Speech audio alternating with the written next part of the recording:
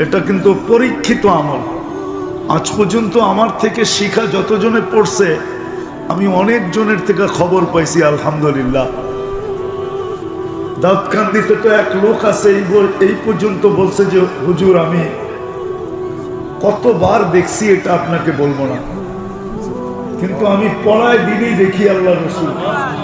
দুরূদটা কঠিন না। আল্লাহুম্মা সাল্লি ওয়া সাল্লিম আলান নবিয়্যিল উম্মিয়্যি ওয়া আলা আলিহি ওয়া আসহাবিহি, বাস এতটুকু।